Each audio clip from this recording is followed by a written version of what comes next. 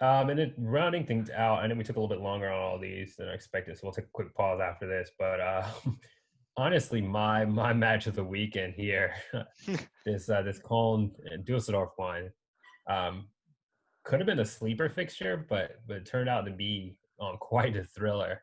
Um, First half, Dusseldorf goes up right before halftime. Um, Kenny Karaman gets him on the board.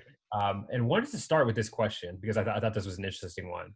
The commentators were kind of arguing in this one what they felt was worse. A team to score right before the half or a team to score right after. Because I think one of the commentators said, "Oh, it doesn't get much worse than that. Getting scored on right before the halftime break."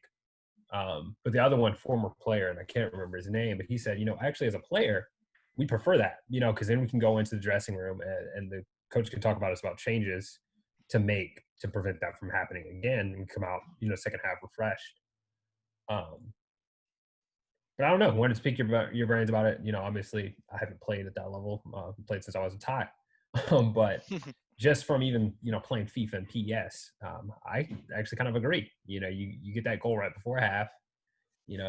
Loosen up the knuckles a little bit. You come out and do what you got to do. Versus you come out at halftime, you got a plan, and then get punched. I don't know. Yeah, no, I totally agree. Obviously, you never want to get scored on, but if you're telling me I have to pick one, um, absolutely rather get scored on right before the half. The break obviously going to mess up their momentum. They don't ride that in immediately. You guys can circle the wagons, regroup, make some adjustments, talk about it, come out with a fresh mindset going into the second half. Whereas, if you feel like, all right, cool, like we've kept them from scoring on us, we made it through halftime, come right out, bam, just such a momentum killer for the second half, and then that team can ride that momentum on beyond that. I totally agree with you on that one. If I have to pick one, definitely giving up the goal right before half, then right after. Yeah, and you can't say right after in this one, but I mean, 61 minutes they get punched again. So I guess they got it on both ends there with Eric Tommy, who one of the underrated players in the league.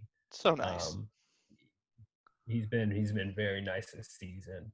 So Koln looked down. They looked down. Down 2 goals. They were struggling to get the ball in the back of the net. I mean, Düsseldorf defense, we know what it's capable of doing, and especially with a 2-goal lead like that, you expect them to go and close things out. But the Billy Goals had other ideas. That's one of the things that I love most about this team, that never die mentality. Um, I think one of the commentators said basically started running about 7 strikers out there. I didn't verify those numbers, but I mean, looks about right. Likes of Cordoba, Modesta, Uth, who Tarota. strike on his day. Tarota got out there. We've seen Jonas Hector play very advanced roles. I think as his career advances, he continues to push higher and higher up the pitch. So Yeah, sort of the yeah, the not really wrong opposite of there. what you expect as you get older. Yeah, the reverse David Alaba. But hey, a thriller. So yeah, Modesti, he had a couple that like bicycle kicks. I mean, the man throws his body out there. And it's a Um, big body. it's a big body, and between him and Cordoba, I mean, when you fill up the box like that, you get the sense a goal's inevitable. Right. When they got that first one, it was like, okay, do they have time for the second? Ladies and gentlemen, yeah, they do. um, and tied it up. Um, Props to them because they were on the receiving end of that. The week before we talked about it, where they blew that lead. We were very critical of that, and I feel like that was kind of on their mind. We're like, hey, happen to us, we can serve it too. Yeah, So for Cologne, they have to feel like they won that game. Um, you know, you lose the game for 87 and a half minutes, and then you snag 2 goals from your strikers at the end, and you come away with a point that you probably didn't deserve, but that's why they play the full 90 at this level. yeah, let's just say there. Interesting fact too, and I know we're kind of all over the place tonight, but just like we're just brimming with Bundesliga news lately, getting back into league. Modesti's club and I've got to do a little research on this, but apparently his club back in China has like dissipated or something, and they still owe him money from his it's like that massive contract that he had Right. there. Yeah. Apparently he's going to lose out on, but part of that I think is going to benefit Koln because they had to pay a portion of that because they brought him back. Um, so it was interesting. It basically was saying that Modesti was a loser in that, was that he's going to miss out on a lot of money. Got to do some research because it was in German. I had to do a little bit of translating there, but just a little tidbit there because I forget about his stint, in China. Um, he was over there, did next to nothing, but it happened. Yeah. Any thoughts there, Paulie, on those fixtures or anything from the weekend before we switch gears?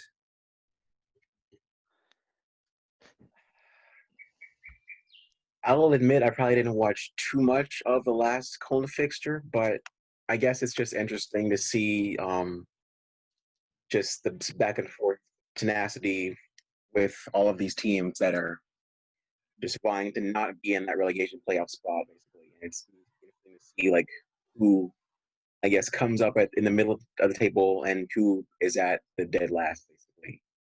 That's what I can say.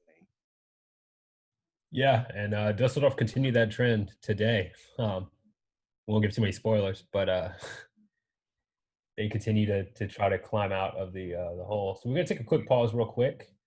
That wraps up match day 27. Thank you all for watching that one, and we're gonna be right back with match day 28.